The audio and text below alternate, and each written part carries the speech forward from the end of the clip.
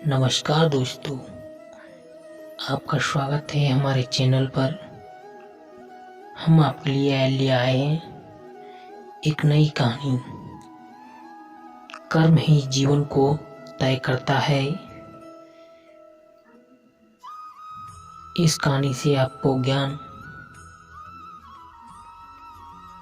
और ज्ञान से जुड़ी बहुत सी बातें आपको सीखने को मिलेंगी। तो बने रहिए हमारे साथ इस वीडियो में।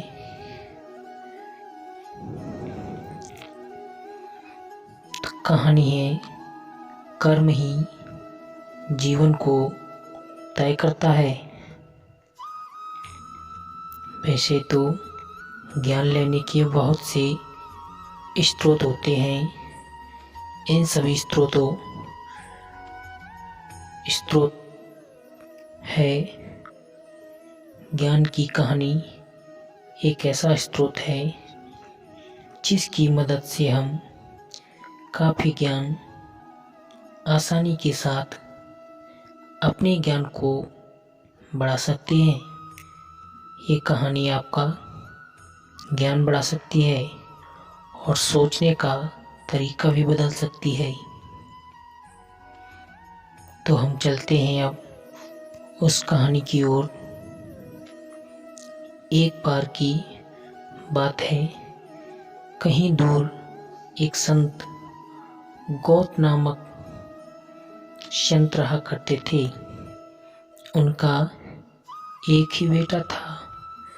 वह बेटे को बहुत प्यार करते थे, जितना वे अपने बेटे को प्यार करते थे उतना ही उनका बेटा प्यार करता था। उस संत के बेटे का नाम अर्जुन था। एक दिन की बात, वह भगवान की पूजा कर रहे थे।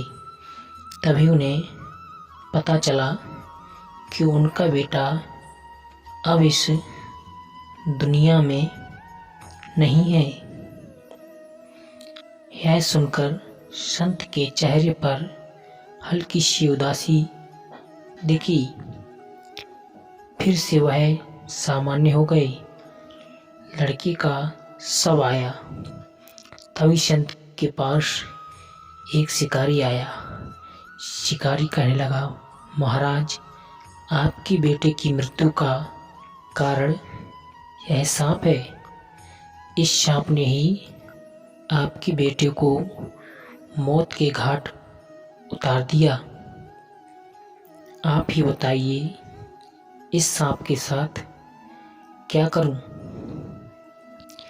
क्या मैं इस सांप को टुकड़ों में काटकर मार दूं या फिर गर्म तेल में डालकर मार दूं?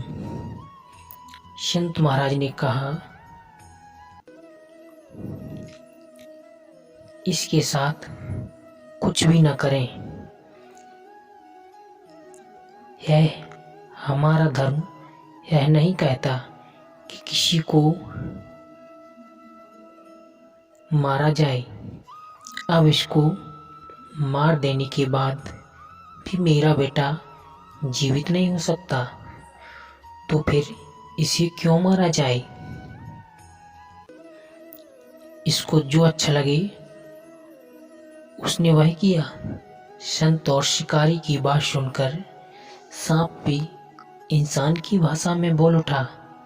सांप ने कहा, महाराज, आपके बेटे की मौत का कारण मैं नहीं, बल्कि मुझे मृत्यु के देवता ने बढ़ावा दिया कि मैं आपके बेटे को डस लूं, और मैंने आपके बेटे को डस लिया।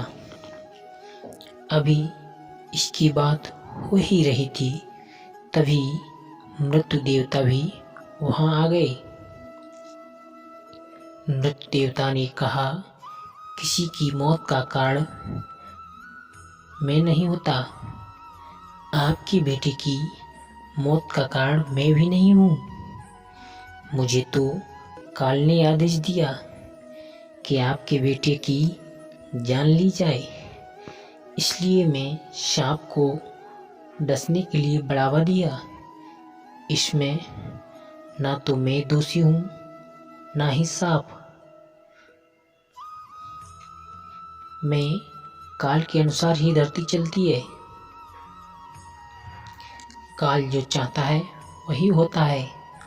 हम सब काल के अनुसार ही कार्य करते हैं। मृत्यु के देवता संत शिकारी और सांप को बता रहे थे, अभी तक यह खुद को सही बता ही रहे थे। तभी वहां पर काल भी आ गया। काल ने कहा, मैं भी इसके लिए जिम्मेदार नहीं हूँ। जो कुछ भी किसी के साथ होता है वह उसके लिए उसका कर्म ही जिम्मेदार होता है।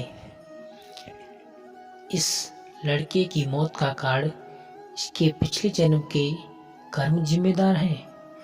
जो भी जैसा कर्म करता है उसको वैसा ही जन्म और मृत्यु मिलती है।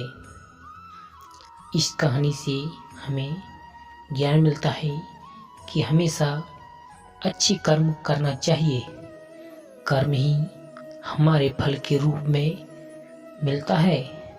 अगर किसी काम को करके हम किसी को दुख देते हैं तो कोई ऐसा भी हो जो कुछ ऐसा काम करेगा जिससे हमें दुख होगा।